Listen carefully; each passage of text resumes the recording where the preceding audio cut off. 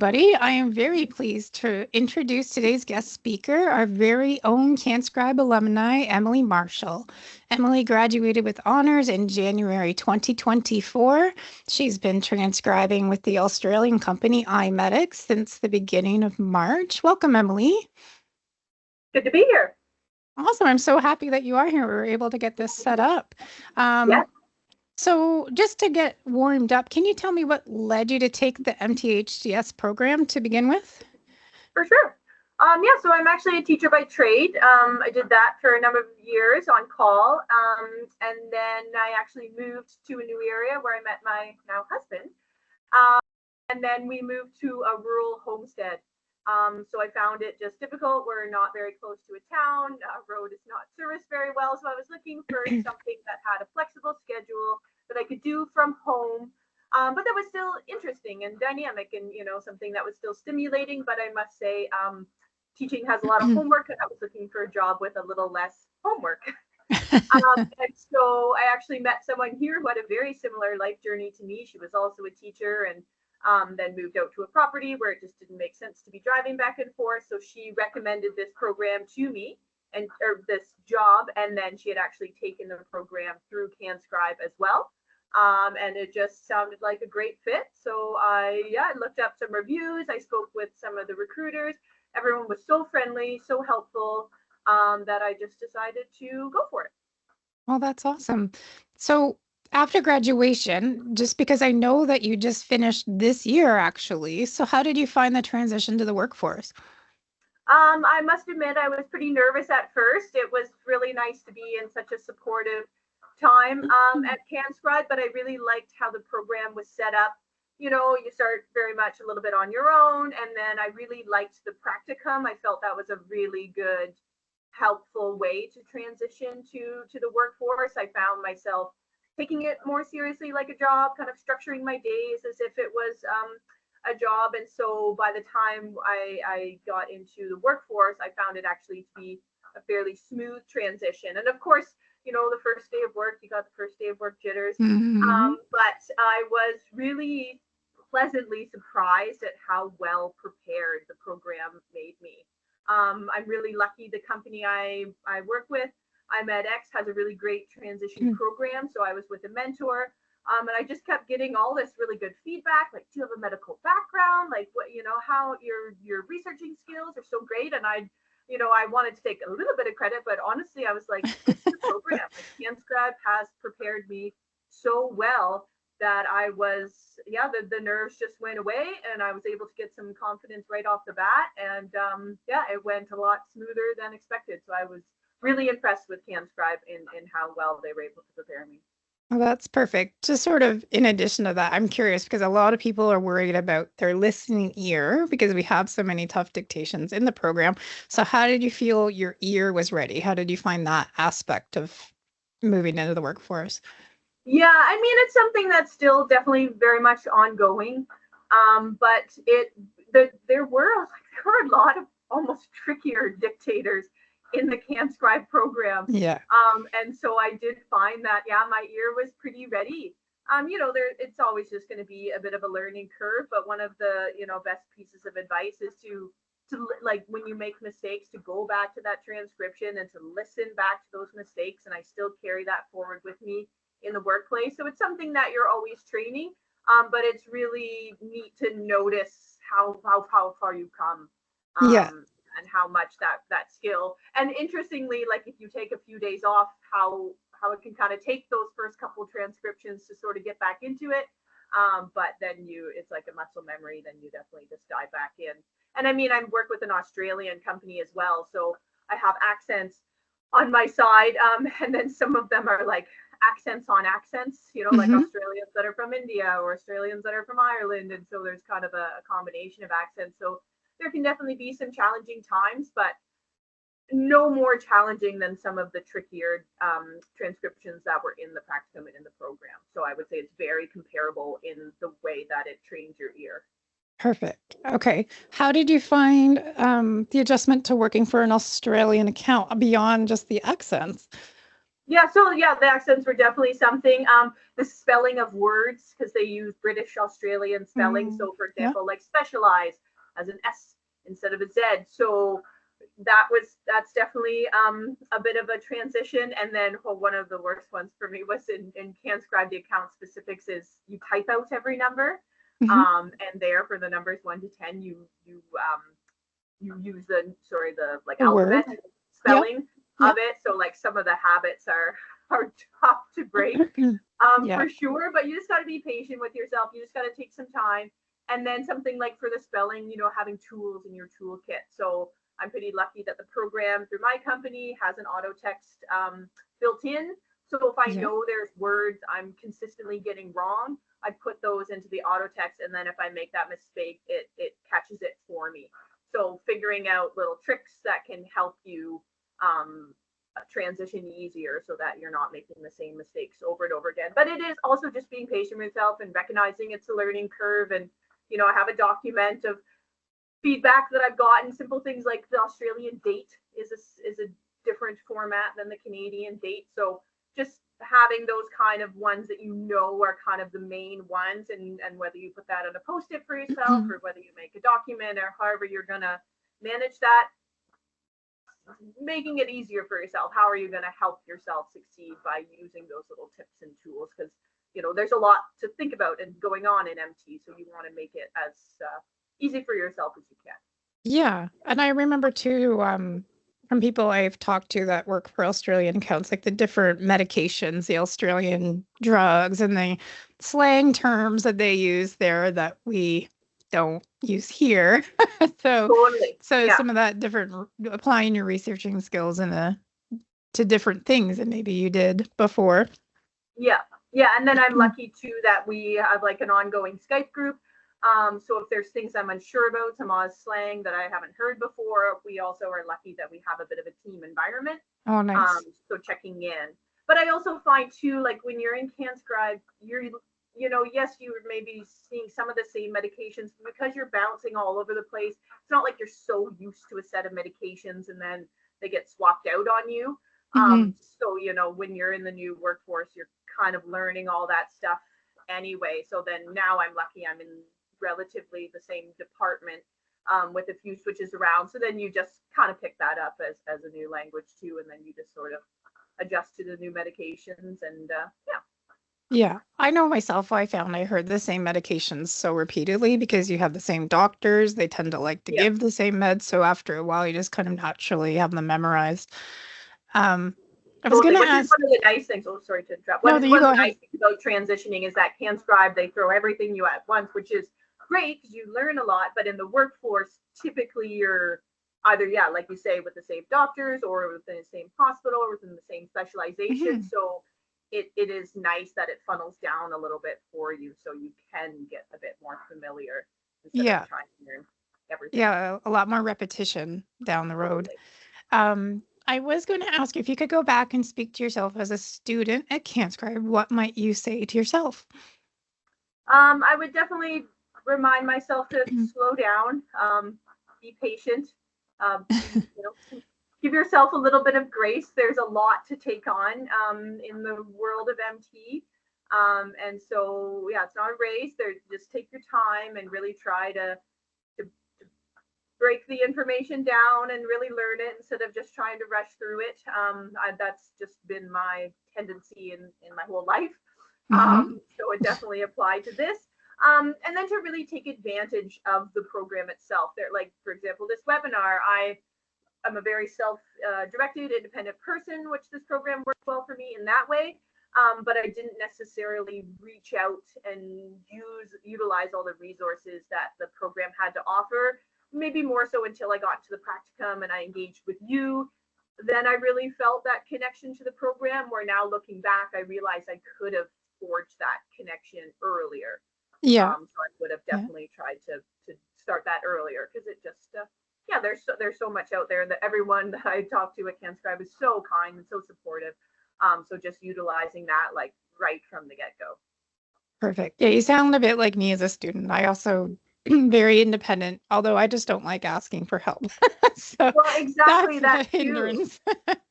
But I would call Exactly. eventually and they would answer in a way that I was like, oh, why didn't I just call sooner? So yeah, we're here for a reason and we're happy to Yeah, help. So for sure. Um, so this kind of goes hand in hand with some of that. Did you have any tips for success as an MT? totally. So one of the things that I really started to do once I was actually in the workforce was like the first, I think it's the first chapter in school is about ergonomics and how far to sit and having a comfortable space and setting yourself up an office. And I didn't do that in school. I was at the in a main room in a little busier of an environment. I was typing, on my laptop. I didn't heed that advice until much later, and I kind of kicked myself. I had a sore wrist after school, and then I dove back into the ergonomic side, and that was huge for me. Like getting a good mouse, getting a proper keyboard that's supportive, setting myself an office that's free of distractions, that it's its own space, so that I can really shift into that mindset of when I come here, I'm in work mode. So really, if you could set yourself up for that earlier, and some of you may already have done that, but that's definitely a huge, huge tip. I would say that's just going to save you a lot of grief down the road. Would be kind of my number one advice there. You just want to be comfortable. This job is about attention. So how can you set yourself up so that you're able to pay the best attention and you're not distracted by being cold or Yeah. staring at thing clutter and thinking, oh shoot, I should sweep my floor. Just like anything you can do to kind of to set yourself up to get into that MT mindset goes a long way. It's apart from just knowing the information itself. Yeah. Um, And then, oh sorry. no, I was going to say, just in terms of the ergonomics. So, something I was going to mention that I found was important. I don't know if you do this too, but if people are foot pedal users, I found one big thing was switching the pedal back and forth between my feet during the day too, um, because that way both calves get a workout equally. Just Totally. Yeah. little things like that yeah, and you're right that if you're distracted and you can't focus, you're not going to be as efficient. So no, I like that you mentioned the ergonomics. So sorry to interrupt you. Oh, that's okay. Yeah. No, that's a really good point, and that is something that I do as well. Yeah. Do you have any sort of routine that you use, like to go? I know for me, just walking down the hall and sitting down at my desk is not really enough to flip my brain from home to work mode. Do you have any sort of routine like that you use? Yeah. Yeah. So I actually, I have all my material kind of tucked away. And so when I come here, I set everything up. So I get my keyboard out, I get my mouse out, I get my uh, headphones out. Yeah. I always have a glass of water. I try to make sure, to limit my distractions. And then I always kind of do the same thing. I open it up, I check my emails, I get all the tabs open that I think I'll need. I usually have Yeah. about the same 4 or 5 tabs, a medication one, just a standard Google one, one that looks up the doctors of Australia in case you're unsure of a name. So I have a certain, 4 or 5 tabs that I always open up. And then once everything is set up proper, then I start my day. So I definitely, every time I enter, I do the same thing. So once again, like you say, just that routine, just anything you can do to just set yourself up and just get into that mindset. Because you're right, it doesn't just happen like that. So Right. it's nice to have that kind of routine to then, okay, now I'm transitioning to it's work time. Perfect. Did you have, I know I interrupted you a bit, but do you have any other tips, like maybe strategies for success or efficiency, anything like that? Yeah, I mean, the number one thing that I do all the time that maybe everybody does already, but is learning how to flip back and forth between windows Yep. is like one of the most efficient Yes. things you can do, Yep. because you're doing that constantly, especially when you're researching. You're not sure. You're like, I'm pretty sure that's the spelling of the medication, but is that PH or F? Like you just always want to do that second guess. If you're like, when in doubt, you always want to take that check. So Yeah. being really efficient about switching between windows, and then that way like having those windows up, so that you can do that really easily, would definitely be one of them. Yep. Using, like, we're lucky that we have auto text built into our program, but I know there's also some text expander programs. That's certainly something that I use quite a bit for even just little things. Like if you just notice that, like for me, the word significant, like, oh my gosh, that one, I just, for whatever reason, I just trip over it. So if you Yeah. notice that you're doing that, put that in the text expander. Take that time to just don't make it harder for yourself than it needs to be.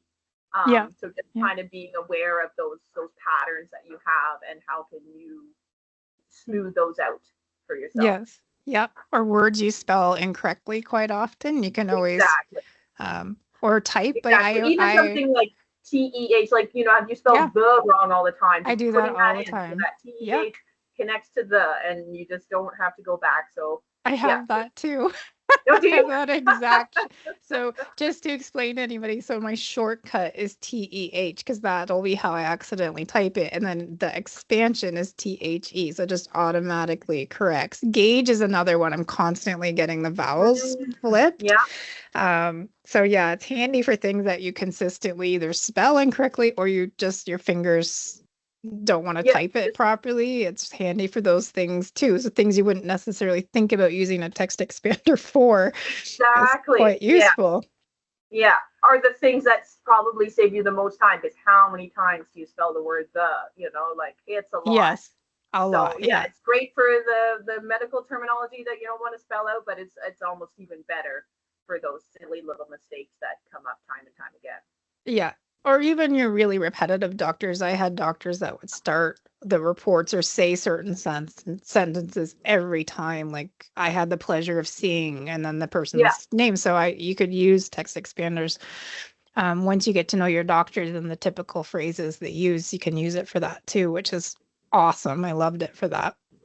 totally. Yeah, like I either have the doctor's initial and then like beginning BEG, or the doctor's initial Yeah. and end, and then yeah, exactly. Like, it was a pleasure to see that in the clinic today, and if you Yeah. have any queries or questions, please don't hesitate. Whatever it is, right? And then you just know Yeah. that every single time they're saying that, totally. You just feel it. It just gives you like a little boost of endorphins too, where you get those little 4 keystrokes and it gives you 7 words, and you just, yeah, it's a great feeling. You got to That's take so those. true.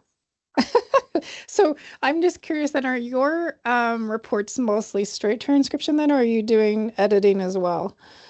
Both, yeah. So I Both. would say that the workforce is generally, in my experience, transitioning to voice recognition. Yeah. I even noticed a difference from when I first started versus now, how many more voice recognition there is than texting. Personally, I like the typing better. That's just the one that came the most naturally to me. Hmm. But PR is, I think it's pretty apparent it's going to be coming the way of the future. So that, yeah, I would be prepared for that, Yeah. as you're doing the workforce, for that to be the more dominant force. Yeah, I do think in part that depends where you work. I know where I Yeah. worked, and that was starting 13, 14 years ago.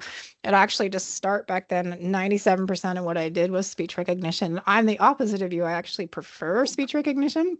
Yeah. I love that it gives me a little giggle now and then when it Yeah. misunderstands something or whatever, but everybody's different and I find it's easier on my arms as well. So I quite Yes. liked it. But yeah, so you have to use a text expander slightly differently sometimes with editing because you're going and making quick changes more so than typing out full phrases, Yeah. so on. But it still is really useful to use for that as well. I also did have one built into the platform that my company used, Oh, but okay. you could have still used shorthand or whatever you're using in it instead. It wouldn't have mattered. So I just hadn't purchased one of my own yet or didn't have one of my own. So I just built on the one in the platform. But anybody who already has one, it's usually compatible with whatever platform the company you use or work for has the vast majority of the time.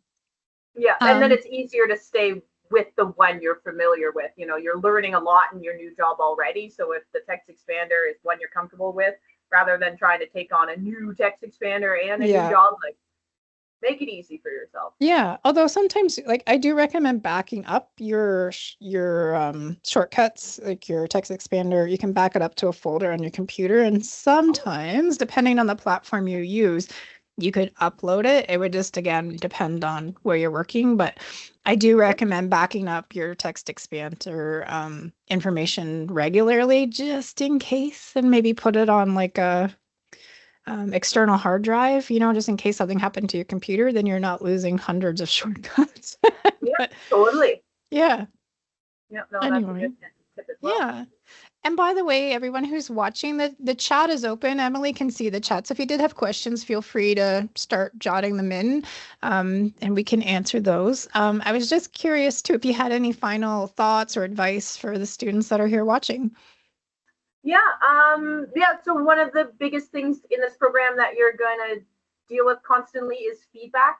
So I would definitely say thinking about how you're going to manage that feedback.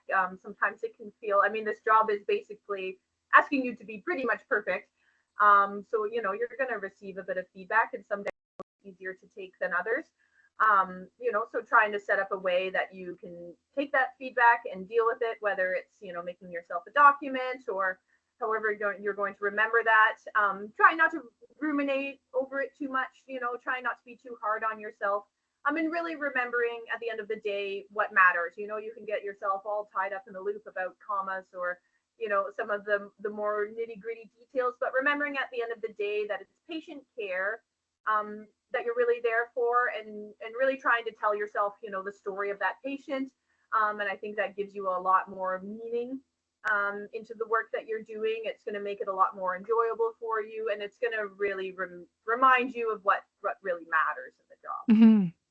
Yeah, that's great. I know it took me a long time to sort of handle feedback and not take it personally and just apply it in a positive way.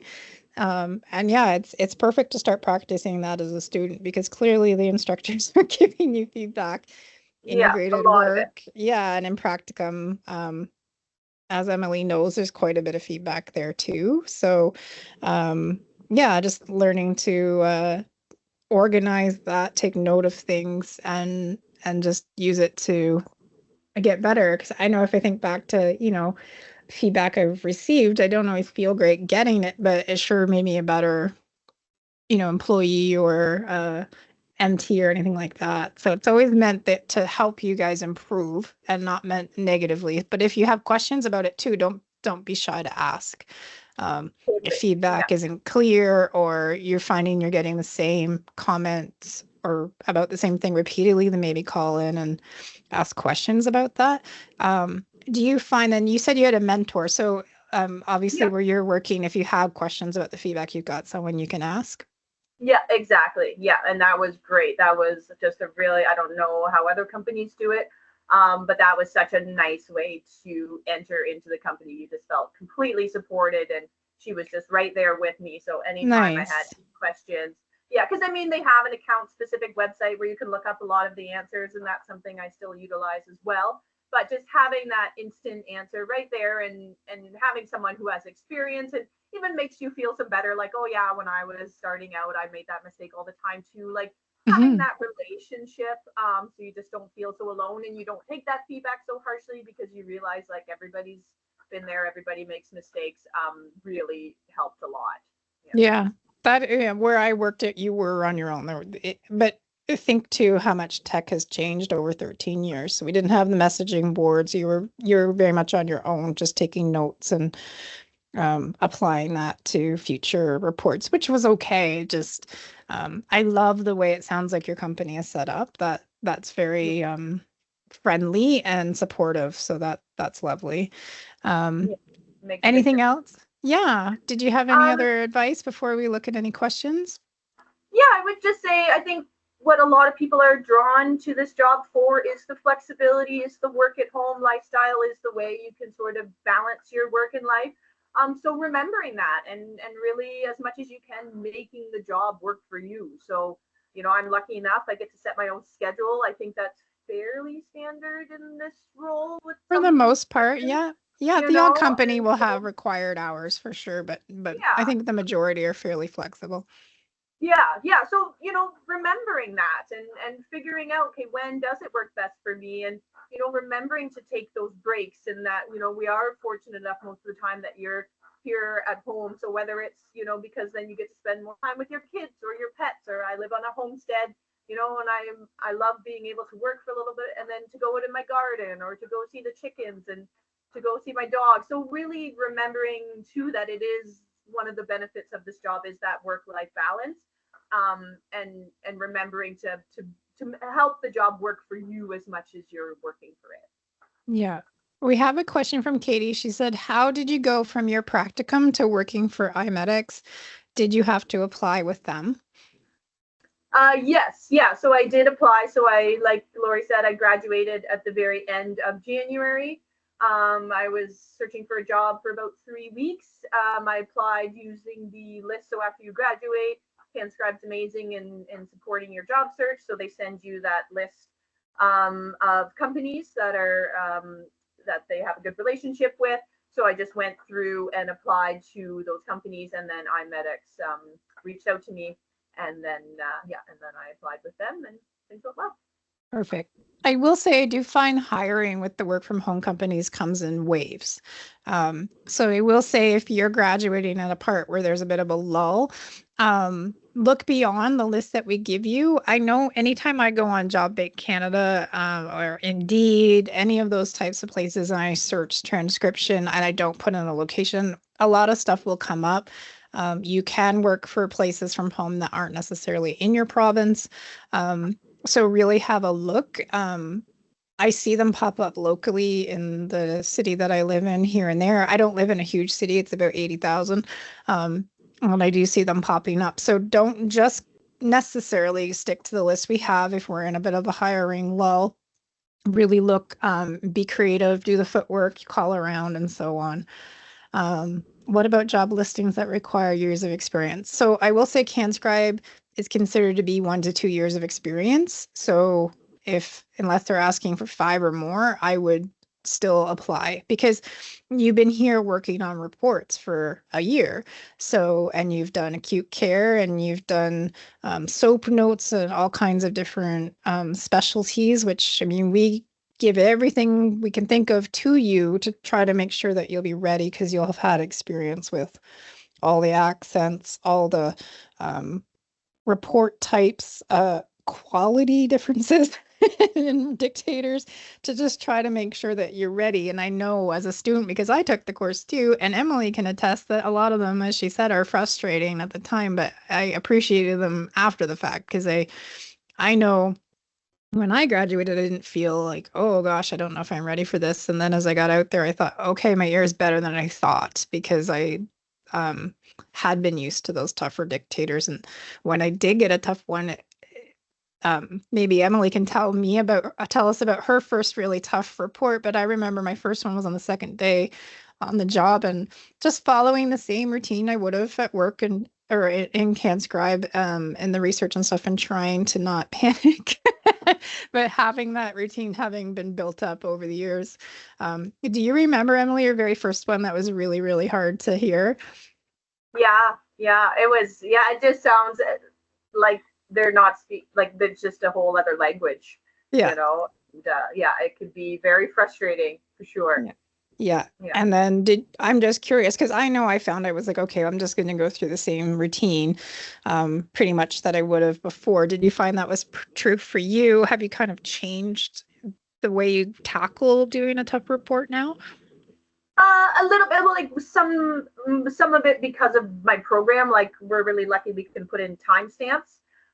So instead of just putting in straight blanks, and then like unfortunately with the CanScribe program, which is fine enough, but you need to go back through kind of the whole report, or you're sort of searching for the blanks. But which is really nice about mine, I can put little timestamps. So I'll just leave a whole bunch of blanks if that's how the report's going. I don't try not to get too hung up on them. And then I can go back and then just flip through all the blanks. And then a lot of the times, and I'm sure you've got this, what sounds like, something alien at the beginning of the report gets repeated so much, and then maybe they say it in a way and you're like, oh, you catch that. And then a lot of the times the blanks are sort of answered down the line. Right. We should probably explain what timestamps are for our students since we don't have the ability to use them. A little shortcut. And then it would put in, so say you're listening to, a 3-minute dictation and you have a blank at 1:11. you would use your keys and you could put in a timestamp where that unknown word was. And so you can do that as many times as you want, or even if you think but you're just like you'd want to give it another listen, but you still want to get in with the flow of the report. So you put in what's called a timestamp, and then you can click through the report, and it will just bring you back instead of having to listen to the whole report again. You can listen to just those sections of the report. So it's a really handy way to get familiar with those blanks and to because maybe you don't want to listen to the whole report at half speed, but there's just that little tricky section that you want to slow down. So it's a really handy way to get through those blanks where you can speed it up and really focus in on those 4 seconds or whatever it is, instead of having to re-listen to the whole report 3 times. Although as a student, it is good to give it another listen just to ensure you got it all. But yeah. Sure. Yeah. But yeah, and as the person who used to fill in people's blanks as my job, that those timestamps are important, because if I get a 45-minute long recording from Emily and she's got one blank and she didn't put in a timestamp, it would be awfully hard to find that spot. So I think QA really appreciates it. Sure. And QA's there for you. Quality assurance, I think it's pretty standard that most companies have another tier. So if you have a bunch of questions, you send it to them before it goes to the client, and use them. Don't be afraid to just use them. They're way happier to have it go through them than you are to have some unsure mistakes sent to the client. So don't be afraid of just utilizing that. Blanks are a very normal part of the process. So I know as a student, I thought I had to fill in every single blank going, and I didn't feel it was acceptable to have any, but little did I know they're so common that would become my job is to fill in other people's blanks. So it is something to adapt to as a student, to start to get used to the fact that, okay, I don't have 20 minutes to fill in one blank, so I'm going to give it 5 minutes, and then if I can't get it, I can't get it, and I'll review it when I get it back. That's in the workforce, you're going to give it a few minutes, try to find it. If you can't, you can't, and then you'll review it. So and a lot of the time, especially when you get better, like then you realize that QA's still sending the blank out, and it does give you a little bit of like, okay, like it wasn't just me, and they have to send the blank too, and that's just the way it goes sometimes. Yeah. And in case anyone's curious, if there is still a blank after quality assurance, if they can't get a spot either, then it will be uploaded to the patient's file, and the doctor can choose to look at it and fill them in or not. So you may have some patient files that have some blanks in them. Jennifer's asking, since you are working for an Australian company but do not live there, how does getting paid work? Is it according to the dollar in Australia? Yes. I do get paid in Australian dollars. Yeah. So you need to be careful. If you're working for an international company, that's definitely something you want to look into banking, and make sure you're finding a way that's keeping all of the money that you can, and not losing money to international fees. Yeah. All right. Well, does anyone else have any last minute questions?